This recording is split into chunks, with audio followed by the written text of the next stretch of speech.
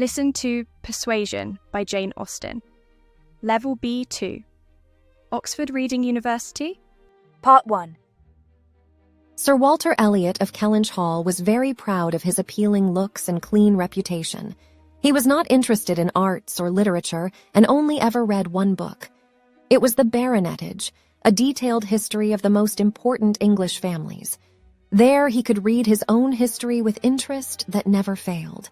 It told how the Elliots first settled in the Kellynch estate and listed the names of all the family members and their children. The list included Sir Walter Elliot, Lady Elliot, who had died many years ago, and their 3 daughters, Elizabeth, Anne, and Mary. Being the father of 3 daughters, Sir Walter had no direct heir. Upon his death, his estate and all the wealth he possessed was to pass to William Elliot, son of a relative and cousin of Sir Walter's daughters. After his wife's death, he resolved firmly not to marry again for the sake of his daughters. Lady Elliot's friend, named Lady Russell, helped Sir Walter run the household. Of the 3 daughters, Elizabeth was Sir Walter's favorite. She had no extraordinary abilities or talent, but she was quite reasonable and good-looking, something that Sir Walter Elliot valued the most. The other 2 daughters interested him far less.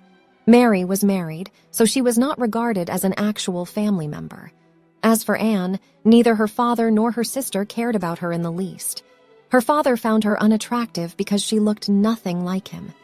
She was already 26 years old and had grown thinner and paler with age.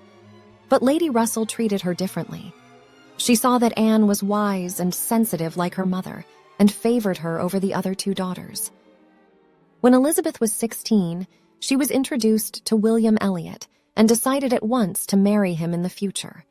Her father approved of their union because it would help her become a rightful heiress to his fortune. However, William married a wealthy woman of unknown origin and left Kellynch. Sir Walter was deeply offended and never failed to demonstrate it. "Don't you think you owe me an apology, young man?" he would ask whenever he met Mr. William. But the young man never seemed to take Sir Walter's complaints into consideration. Elizabeth had another serious concern: money. She knew that her father spent more money than his income would allow, but neither of them could deny themselves the pleasures they were used to. They had to appeal to Lady Russell, their most trusted friend, and ask her to help them get their finances back in order. Sir Walter was not willing to significantly alter his way of life, otherwise his reputation would suffer. It was finally decided that the family would rent out Kellynch Hall and move to the countryside, where it would be easier to reduce their expenses. They chose a house in the city of Bath, 50 miles away from Kellynch. English courses, famous audiobooks for all levels, word games and rating charts to keep you motivated, all in one place. The Ava app. Don't just learn English, enjoy it. 2. Sir Walter Elliot's lawyer, Mr. Shepherd, found a candidate for renting Kellynch Hall fairly quickly. It was Admiral Croft, a wealthy, well-respected man. When the Crofts' name was mentioned in a conversation, Anne rushed to the garden. She was too excited and sought the comfort of cool air. In a few months, he might be walking around here, she thought. He was Frederick Wentworth, the brother of Mrs. Croft. He was a naval officer rewarded with the title of captain for his great military accomplishments. A long time ago, he spent a year in Kellynch. Back then, he was a decent young man. Anne was a good-looking and sensitive young lady. They fell in love with each other shortly after their first encounter. He declared his love for her and proposed, but Sir Walter Elliot disapproved of their marriage, and so did Lady Russell. Lady Russell thought it her moral obligation to take care of Anne like a mother would. She didn't consider it wise to marry a man who had no fortune and could not secure his further rise in the profession. Anne was only 19. She was too young and insecure to resist Lady Russell, whom she had always trusted and relied on. She declined Captain Wentworth's proposal, telling herself that she was doing it for his own sake. Captain Wentworth wasn't satisfied with Anne's awkward excuses. He did not doubt that one day he would be wealthy and successful, but he failed to make Anne believe it.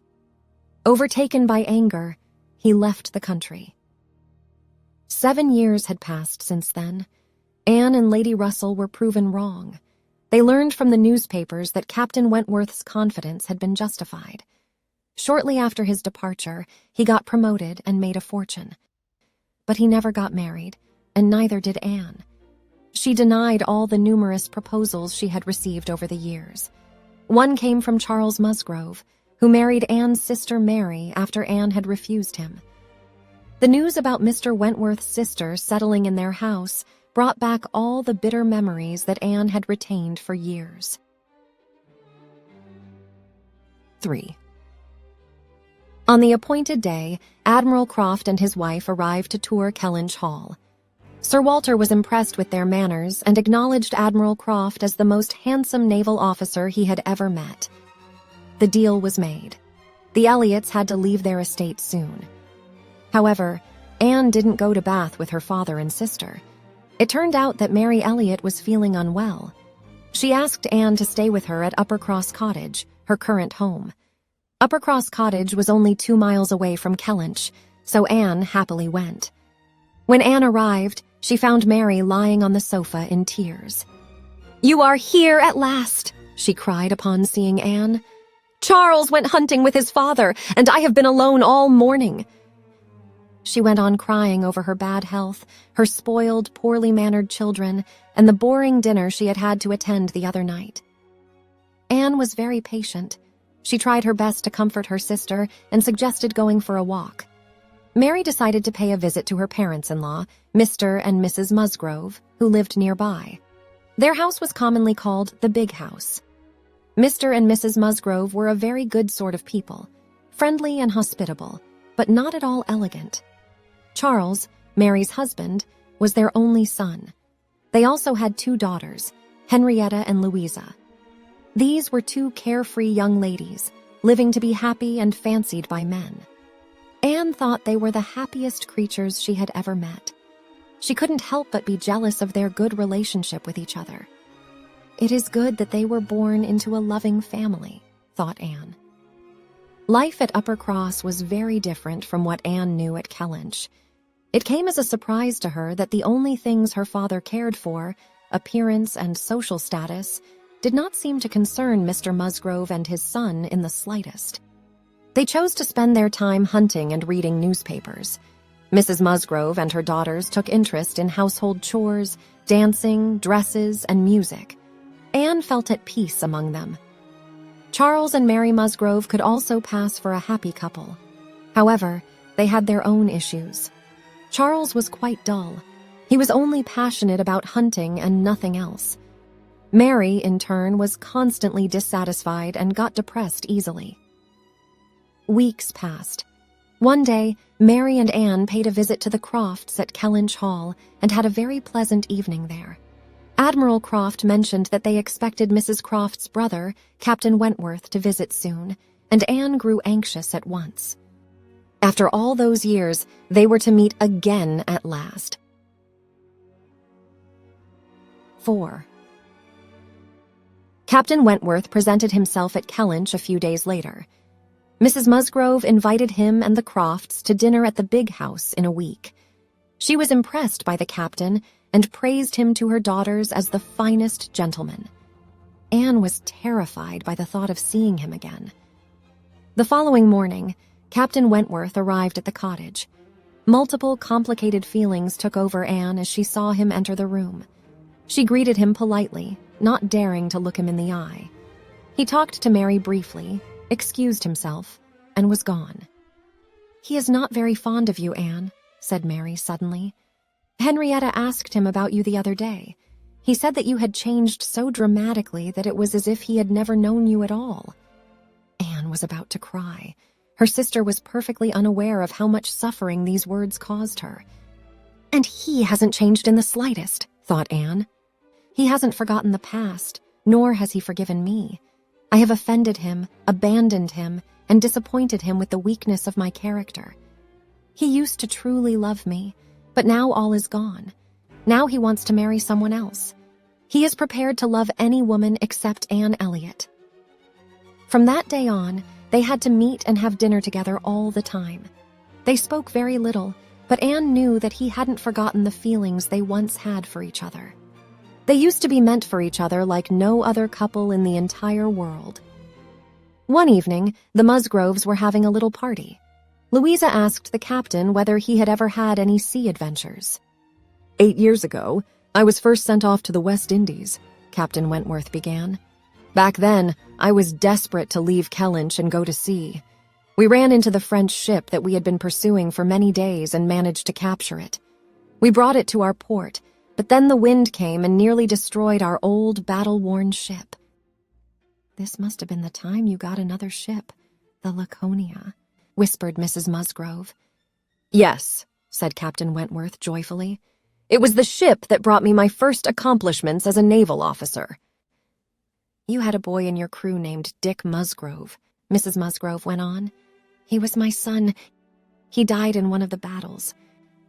Captain Wentworth looked at her with sympathy. It is a pity you had to lose your child at such a young age, he said. He was a fine seaman.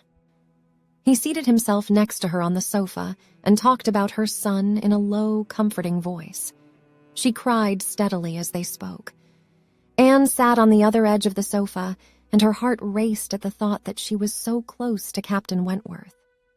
After some time, the conversation shifted to women and their inability to travel by sea.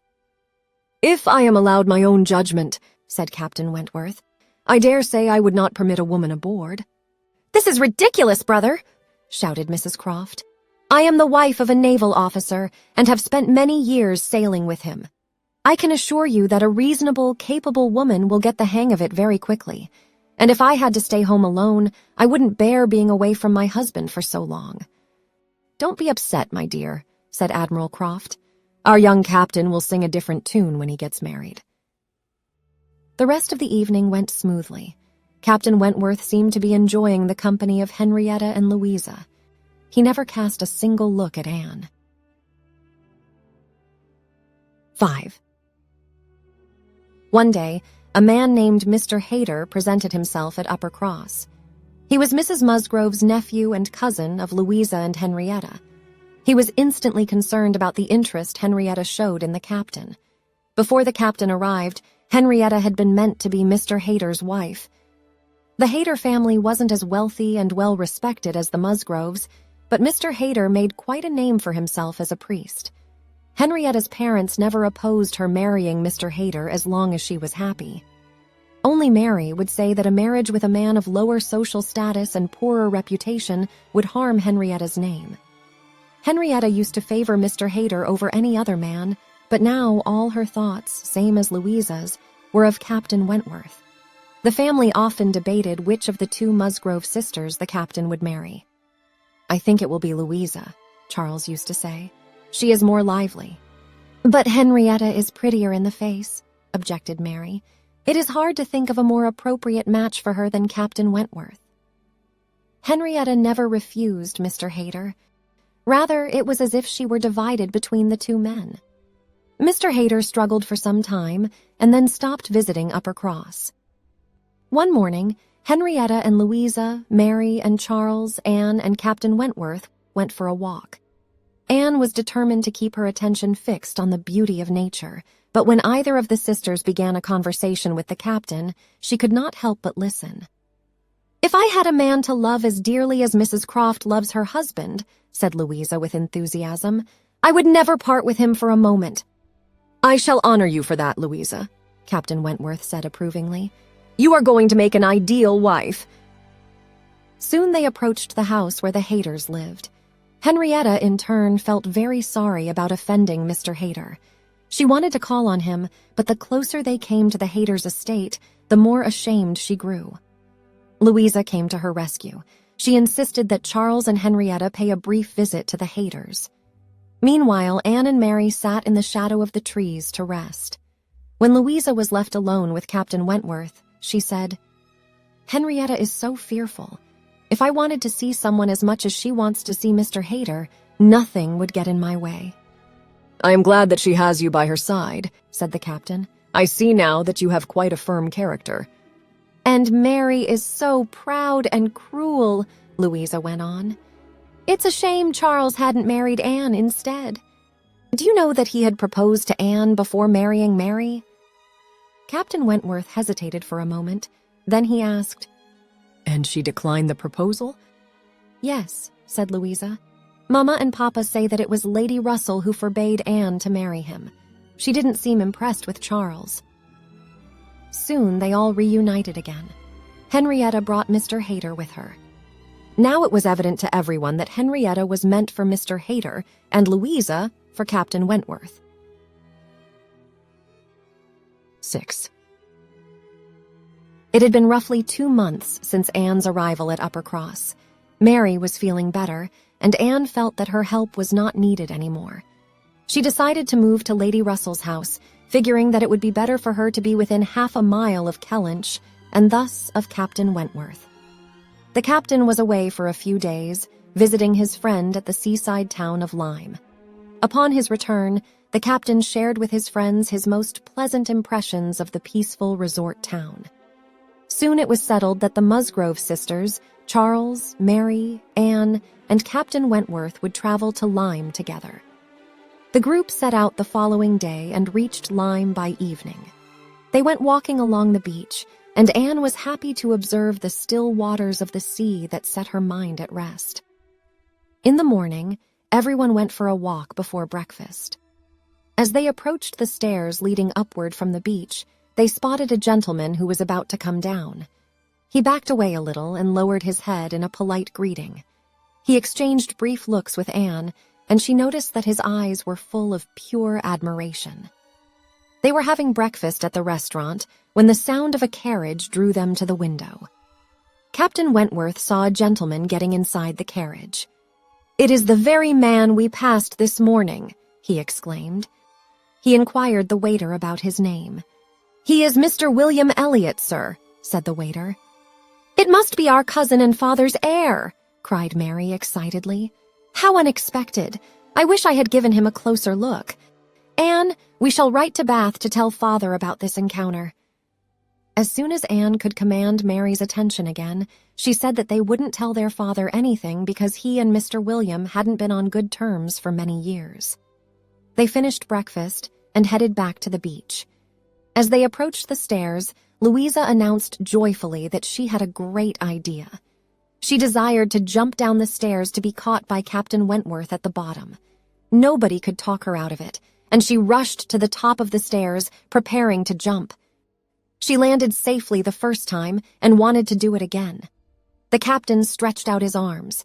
Louisa sprang a second too soon and landed on the ground, unconscious. The captain fell to his knees and held her tight in his arms. "She is dead!" screamed Mary and started crying bitterly. Henrietta lost consciousness and would have collapsed to the ground if Anne hadn't caught her. "Somebody help me!" cried Captain Wentworth desperately. Anne was the first to recover from the shock. "Rub her hands and head," she addressed Charles. "Here are some salts. Take them. Captain Wentworth, you must carry her to the hotel." Wentworth obeyed her orders without hesitation. "Anne, what is to be done next?" asked Charles miserably. "We must find her a doctor," said Anne. It was all done rapidly. While the doctor was examining her, Louisa lay still on the bed without showing signs of consciousness. The doctor said she had suffered a severe head injury, but it didn't pose a threat to her life. She would recover eventually, but she needed to be watched all the time. "Somebody has to return to Uppercross to tell her parents about this unfortunate incident," said Captain Wentworth. "You shall go, Captain," suggested Charles. "I want to stay with my sister." "I will take Mary with me," said the captain. "I assume that out of all of us, Anne is the most capable. She will take good care of Louisa." However, Mary objected firmly. She didn't want to leave her sister-in-law. "I am just as capable of watching Louisa as Anne," she said, looking offended. And so it was settled. Anne, Captain Wentworth, and Henrietta headed back to Uppercross. "I am the only one at fault for the incident," cried the captain on their way. "I had to stop her. I shall be the one to tell her parents about what happened. Will you stay in the carriage with Henrietta?" he asked Anne, and she agreed. She was glad that he asked her opinion. To her, it was proof of his trust. Captain Wentworth delivered the news to Louisa's parents. and, leaving their daughter and Anne to comfort them, headed back to Lyme that same evening. Part 2 is coming soon. Try appawa.com now. Don't forget to hit the like button and subscribe for more free audiobooks like this. And now, listen to another English story.